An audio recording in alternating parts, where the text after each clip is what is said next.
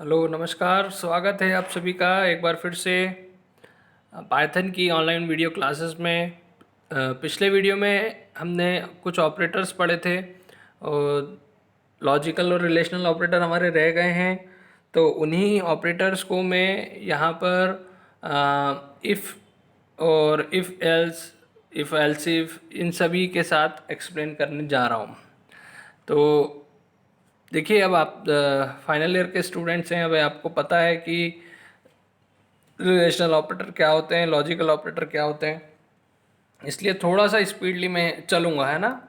Relational operators में हमारे less than, greater than, equal to, not equal to, less than equal to, greater than equal to, ये सभी operators आते हैं।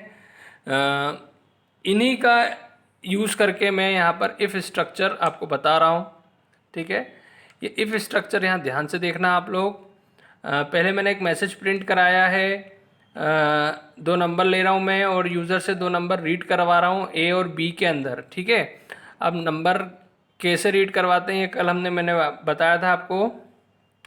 अब देखो, ये स्ट्रक्चर ध्यान से देखना है आपको। ये जो इफ़ का स्ट्रक्चर है उसको ध्यान से देखो। इफ़, पहले इफ़ लिखते हैं, इफ़ के साथ कोई कंडीशन देते हैं, है ना। मैंने जैसे कंडीशन दी है यहाँ पर ए ग्रेटर देन बी, मतलब ए बी से बड़ा है क्या। ठीक है, कंडीशन देने के बाद कॉलन लगाते हैं, है ना। सेमी कॉलन नहीं है यहाँ पे, कॉलन है, बिंदु के नीचे बिंदु, डॉट के नीचे डॉट। फिर इसके बाद हमको एंटर मारना है। अब यहाँ पर पाइथन में इंडेंटेशन बहुत इंपॉर्टेंट होता है। इंडेंटेशन मतलब एक प्रकार से टैब जैसे बोलते हैं ना, जगह छोड़ना, तो जगह छोड़ना बहुत ज़रूरी है। तो देखिए, अब क्या प्रिंट करवाना है वो, जब मैंने अगली लाइन में लिखा है तो इतना स्पेस छूटा हुआ है और आपको कोई ज़रूरत नहीं है कि कितना स्पेस छोड़ना है।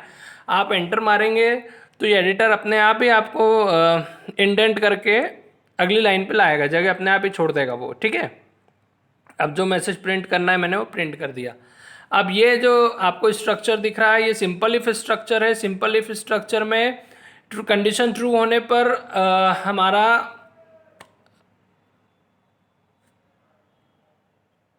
कंडीशन ट्रू होने पर हमारा डिसीजन मेकिंग होगी, नहीं तो नहीं होगी, है ना। जैसे इफ के साथ हमने कंडीशन दी है जो ए ग्रेटर देन बी, अगर ये कंडीशन ट्रू हो गई तो ये वाला भाग चलेगा, है ना, ए इज बिगेस्ट। और अगर कंडीशन फॉल्स हो गई तो कुछ नहीं होगा, मतलब ये फॉल्स कंडीशन में काम नहीं करता है। इसको हम रन करके देखते हैं। ठीक है, ये हमारा विंडो आ गया, आउटपुट विंडो। इधर देखिए हमको दिख रहा है इंटर टू नंबर्स। मैंने पहला नंबर दिया 4 और दूसरा नंबर दिया है 1। ठीक है, तो ए में स्टोर हो गया 4 और बी में स्टोर हो गया 1। मैं जैसे ही एंटर प्रेस करूँगा तो क्या आ रहा है, ए इज़ बिगेस्ट आ रहा है, मतलब ए बड़ा है। तो ये तो हो गया। ठीक है, मतलब कंडीशन ट्रू हो गई थी, ए बी से बड़ा है तो प्रिंट हो गया ए इज़ बिगेस्ट। लेकिन मान लीजिए कि अगर हमने नंबर पहला नंबर छोटा दिया होता, है ना, कंडीशन फॉल्स हो रही होती तो क्या होता। तो देखिए मैं एक बार फिर से इसको रन कर रहा हूँ। इस शेल को मैं इधर लेके आता हूँ आपकी स्क्रीन पे। देखिए दो नंबर, तो अब मैं नंबर दे रहा हूँ 1 और 4, मतलब ए में स्टोर हो गया 1 और बी में स्टोर हो गया 4। तो अब यहाँ जो हमने कंडीशन दी थी ए ग्रेटर देन बी की, तो ये कंडीशन क्या हो रही है, फॉल्स हो रही है ना। कंडीशन फॉल्स हो रही है, इसके कारण ये कुछ नहीं करेगा। देखिए हम इसको एंटर प्रेस करते हैं तो आउटपुट में कुछ नहीं आया। क्यों नहीं आया, क्योंकि ये फॉल्स कंडीशन में काम नहीं करता। केवल कंडीशन ट्रू होगी तो ये आउटपुट हमको दिखाएगा। इसी कमी को दूर करेंगे हम अपने इफ एल्स स्ट्रक्चर के साथ। ठीक है, आइए देखते हैं। देखिए अब ये आपके सामने इफ एल्स स्ट्रक्चर दिख रहा है आपको। यहाँ इफ़ के साथ एक कंडीशन देंगे, वही है इफ़ लिखना है, इफ़ के बाद कंडीशन देना है, कंडीशन देने के बाद कॉलन लगाना है, एंटर मारेंगे तो अपने आप इंडेंट करके हम नीचे आ जाएंगे, जगह छोड़ के लिखना है। फिर जो भी स्टेटमेंट हमने लिख दिए फिर एंटर मारेंगे और फिर एंटर मारने के बाद हमको फिर से एल्स लिखना है और एल्स के बाद भी हमको कॉलन लगाना है। ठीक है, कॉलन लगाने के बाद हमको वो स्टेटमेंट लिखना है जो हमको फॉल्स कंडीशन में चलाना है। मतलब यदि दी गई कंडीशन ट्रू है तो ये वाला लाइन चलेगी या ये वाला भाग चलेगा, और कंडीशन फॉल्स है तो ये वाला भाग चलेगा। हमारे एग्जाम्पल में हमने क्या कंडीशन दी है, ए ग्रेटर देन बी। अगर ए ग्रेटर देन बी है तो प्रिंट होगा, मतलब कंडीशन ट्रू है तो प्रिंट होगा ए इज बिगेस्ट, और अगर कंडीशन फॉल्स है तो प्रिंट होगा बी इज बिगेस्ट। इसको रन करके देखते हैं। देखिए आपके सामने मैसेज आ रहा है एंटर 2 नंबर्स, तो मैंने 2 नंबर दे दिए 4 और 3। ठीक है, ए में 4 बी में 3, तो कंडीशन क्या होगी, ट्रू हो जाएगी। ए ग्रेटर देन बी है तो आउटपुट आ गया, देखिए आपके सामने ए इज बिगेस्ट। ठीक है, अब मान लीजिए मैंने इसको मैं एक बार फिर से रन करता हूँ और मैंने इस बार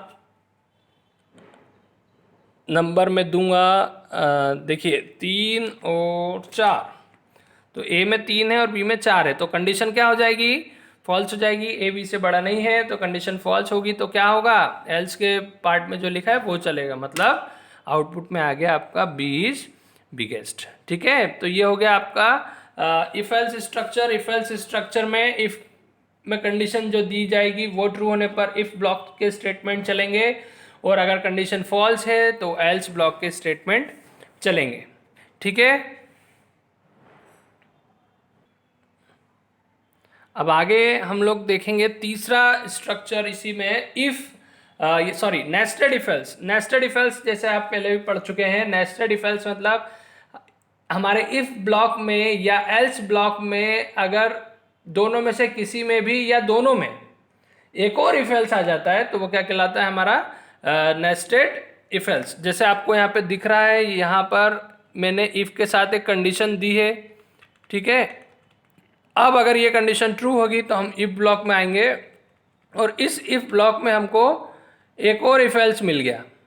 ठीक है, दिख रहा है आपको, इफ ब्लॉक के अंदर जैसे ही हम आएंगे यहाँ पर हमको एक और इफ एल्स मिल गया, तो इफ के अंदर एक और इफ एल्स के अंदर और इफ एल्स है ना। अब वो हो सकता है कि खाली इफ में हो या एल्स में हो या दोनों में हो, है ना, डिपेंड करता है कि हमारा क्वेश्चन क्या है। अब देखिए मैंने यहाँ पे क्या दिया है, condition if A not equal to B, अगर ए बी के बराबर नहीं है तो देखो नहीं है तो क्या होगा, या तो बड़ा होगा या छोटा होगा, है ना। तो अगर नहीं है तो वो कंडीशन ट्रू होने पर क्या होगा, इस ब्लॉक में आ जाएंगे। अब अगर बड़ा है तो प्रिंट हो जाएगा ए इज बिगेस्ट, और बड़ा नहीं है तो क्या होगा, छोटा होगा, तो क्या प्रिंट हो जाएगा, बी इज बिगेस्ट। और अगर ये कंडीशन फॉल्स होती है ऊपर वाली, यहाँ के हमने क्या दिया है, A not equal to B. अब ए नॉट इक्वल टू बी मतलब ए बी के बराबर नहीं है। अब बी के बराबर नहीं है तो क्या है, बराबर है। तो इसके एल्स में, मतलब इसका एल्स कौन सा वाला, ये वाला, तो इसके एल्स में क्या प्रिंट कर देंगे हम, बोथ आर इक्वल। इसको रन करके देखते हैं हम लोग। देखिए मैंने सबसे पहले 2 नंबर दिए 3 और 3, दोनों नंबर 3 दिए, तो क्या होगा, देखो क्या दिया, इफ के साथ condition A not equal to B, A B के बराबर नहीं है, तो ये कंडीशन क्या हो गई, फॉल्स हो गई। ए तो बी के बराबर है ना, ए और बी क्या है, दोनों 3-3 है, तो ऊपर वाली कंडीशन क्या हो गई, फॉल्स हो गई। तो ये कंडीशन फॉल्स हो गई तो कहाँ आएंगे, इसके एल्स में, है ना। इफ एल्स को इंडेंट इसीलिए यहाँ पे किया गया है ताकि हमको पता चले किसका इफ और कौन सा एल्स, मतलब कौन सा एल्स किस इफ से संबंधित है। तो ये वाला एल्स किसका है, ये वाले इफ का, है ना। तो ये कंडीशन फॉल्स हो गई तो कहाँ आएंगे, ये वाले एल्स में, और यहाँ क्या प्रिंट हो जाएगा, बोथ आर इक्वल। देखिए आपको आउटपुट में दिख रहा है बोथ आर इक्वल, एक कंडीशन ये हो गई। अब एक बार फिर से हम इसको रन करते हैं तो देखेंगे क्या हो रहा है हमारा, और क्या क्या संभावना है इसमें। तो मैं अब इसको एक बार फिर से रन करता हूँ। देखिए मैंने रन करा, फिर 2 नंबर दे रहा हूँ मैं अब 4 और 3, मतलब ए में 4 और बी में 3। तो इफ के साथ जो कंडीशन दी थी उसके बारे में देखिए क्या है, क्या बोल रहा है, A not equal to B, A B के बराबर नहीं है। हाँ, ए बी के बराबर नहीं है, ए तो 4 है और बी है 3, तो ये कंडीशन ट्रू हो गई। अब जैसे ही हम इस इफ ब्लॉक के अंदर घुसेंगे हमको एक और इफ एल्स मिल गया। ठीक है, तो यहाँ हम क्या चेक कर रहे हैं, if A greater than B, A B से बड़ा है, हाँ है, तो ये वाली कंडीशन ट्रू हो गई, मतलब अंदर वाला जो इफ है उसकी कंडीशन ट्रू हो गई। तो अंदर वाले इफ में घुसेंगे और क्या प्रिंट कर देंगे, ए इज बिगेस्ट, है ना, आउटपुट आ गया ए इज बिगेस्ट। अब एक और संभावना होगी, उसको भी हम रन करके देख लेते हैं। मैंने एक बार फिर से रन किया, अब मैंने नंबर दिया 3 और 4। ठीक है, अब ए में 3 है और बी में 4 है, तो ऊपर वाली कंडीशन, ऊपर वाला इफ तो ट्रू है, A not equal to B, हाँ ए नॉट इक्वल टू बी है, ए 3 है बी 4 है, नॉट इक्वल है, तो ऊपर वाला इफ का ब्लॉक की कंडीशन क्या हो गई, ट्रू हो गई। अब अंदर आ गए, अब ये क्या बोल रहा है दूसरा इफ, अंदर वाला A greater than B, A B से बड़ा है क्या, नहीं, कंडीशन फॉल्स हो गई। तो कहाँ आएंगे, एल्स में। किसके एल्स में, कौन सी कंडीशन फॉल्स हो रही है, अंदर वाली, तो अंदर वाली के एल्स में आएंगे और क्या प्रिंट कर देंगे, बी इज बिगेस्ट। ठीक है, तो ये तीसरा स्ट्रक्चर हो गया। अभी तक हमने सिंपल इफ देख लिया है, इफ एल्स देख लिया है और नेस्टेड इफ एल्स देख लिया है। आइए अब हम चौथे स्ट्रक्चर को देखते हैं। चौथा स्ट्रक्चर है इफ एलिफ, है ना, जैसे हमने सी में इफ एल्सिफ पढ़ा था, यहाँ होता है इफ एलिफ। इफ और एलिफ, एलिफ की स्पेलिंग ELIF। ठीक है, तो इफ एलिफ में क्या होता है, जब हमारे पास मल्टीपल कंडीशंस होती हैं तो इफ एलिफ का यूज़ करते हैं हम। इसमें इफ के साथ एक कंडीशन देंगे, है ना, अगर ये कंडीशन ट्रू है तो इफ ब्लॉक के स्टेटमेंट चलेंगे, अगर ये कंडीशन फॉल्स है तो एलिफ के साथ दी गई कंडीशन को चेक करेंगे, मतलब एलिफ के साथ भी हमको कंडीशन देना है। अगर ये एलिफ की कंडीशन ट्रू हो गई तो इसमें जो लिखा है वो एग्जीक्यूट होगा। एक से ज़्यादा एलिफ भी और हो सकते हैं, है ना, और कंडीशन है तो और एलिफ हम दे सकते हैं। अब यहाँ पर सी और पाइथन में एक डिफरेंस आपको मिलेगा। सी में ये होता था कि इफ है शुरू में और एल्स आखिरी में होना चाहिए, बीच में एल्स इफ कितने ही हो सकते हैं, लेकिन यहाँ ऐसा नहीं है, यहाँ एल्स देना जरूरी नहीं है। मतलब आप इफ दे रहे हैं, फिर एलिफ दे रहे हैं और फिर एलिफ दे रहे हैं, तो ऐसा नहीं है कि आखिरी में आपको एल्स की कंडीशन देना पड़ेगा, ऐसा जरूरी नहीं है। आप एल्स दें या ना दें ऑप्शनल है। मतलब जैसे मान लीजिए मैंने यहाँ पे इफ के साथ एक कंडीशन दी है, एक कंडीशन दी है एलिफ के साथ। अब अगर यही मैं सी में बना रहा होता तो यहाँ पे मैं एक एलिफ और नहीं दे सकता था, है ना, यहाँ मेरे को क्या देना पड़ता, एल्स।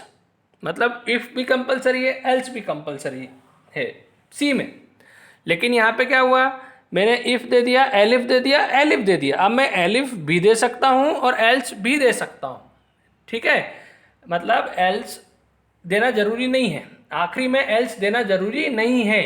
ठीक है, तो यहाँ पर मैंने क्या किया है, यहाँ पे मैंने कुछ रिलेशनल ऑपरेटर्स का यूज़ किया है। तो जो मैं आपको रिलेशनल ऑपरेटर्स बताना चाह रहा था वो भी यहाँ कवर हो जाएंगे। अब रिलेशनल ऑपरेटर्स कौन कौन से होते हैं ये नीचे देखिए, ये मल्टी लाइन कमेंट में मैंने आपको बताया है। ग्रेटर देन होता है, greater than, equal to, less than, equal to, not equal to. Relational operator या कंपैरिजन ऑपरेटर भी इनको बोलते हैं। इनका उपयोग तुलना करने के लिए किया जाता है और ये आपको पता होगा, सी में भी पढ़ चुके हैं आप। इनका यूज़ करके मैं ये प्रोग्राम बना रहा हूँ। अब इस प्रोग्राम में रिलेशनल ऑपरेटर भी यूज़ हो जाएंगे कुछ, और इफ़ एलिफ भी यूज़ हो जाएगा। देखिए इफ़ के साथ मैंने कंडीशन दी है ए ग्रेटर देन बी। अब ग्रेटर देन मतलब तुलना कर रहे हैं, बड़ा है क्या, है ना। रिलेशनल ऑपरेटर या कंपैरिजन ऑपरेटर क्या करते हैं, तुलना करते हैं, बड़ा है क्या, छोटा है क्या, बराबर है क्या, बराबर नहीं है क्या, इस टाइप से। तो अगर ए बी से बड़ा होगा तो ये कंडीशन ट्रू हो जाएगी और प्रिंट कर देंगे ए इज बिगेस्ट, है ना। रन करके देखते हैं।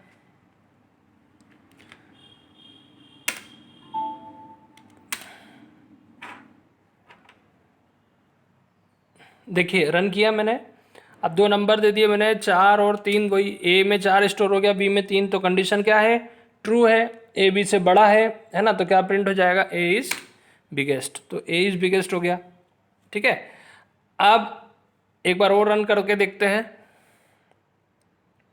अब इस बार मैं छोटी वैल्यू दूंगा, तो फिर से मैंने रन करा, ये विंडो हमारे सामने आ गई। ठीक है, अब मैं 2 नंबर दे रहा हूँ, 3 और 4। तो ए में स्टोर हो गया 3 और बी में स्टोर हो गया 4। तो देखो ऊपर वाली कंडीशन क्या हो रही है, फॉल्स हो रही है। ए बी से बड़ा है क्या, नहीं, कंडीशन फॉल्स। तो क्या होगा, अब देखो एलिफ है तो एलिफ में एक और कंडीशन दी है ना। क्या कंडीशन दी है, ए लेस देन बी। मतलब ऊपर हमने चेक करा ए बड़ा है क्या बी से, अगर वो नहीं है तो फिर हम क्या कंडीशन चेक कर रहे हैं, ए छोटा है क्या बी से। तो यहाँ देखो ए छोटा है बी से, ए में 3 है बी में 4 है, तो ए छोटा है बी से, तो ये कंडीशन ट्रू हो गई। तो कौन सा वाला ब्लॉक चलेगा, ये एलिफ वाला ब्लॉक चलेगा। और क्या प्रिंट हो जाएगा, बी इज बिगेस्ट। ठीक है, आ गया है समझ में। एक और केस हो सकता है, उसको भी हम चला के देख लेते हैं। एक बार मैंने फिर से रन किया है हमारे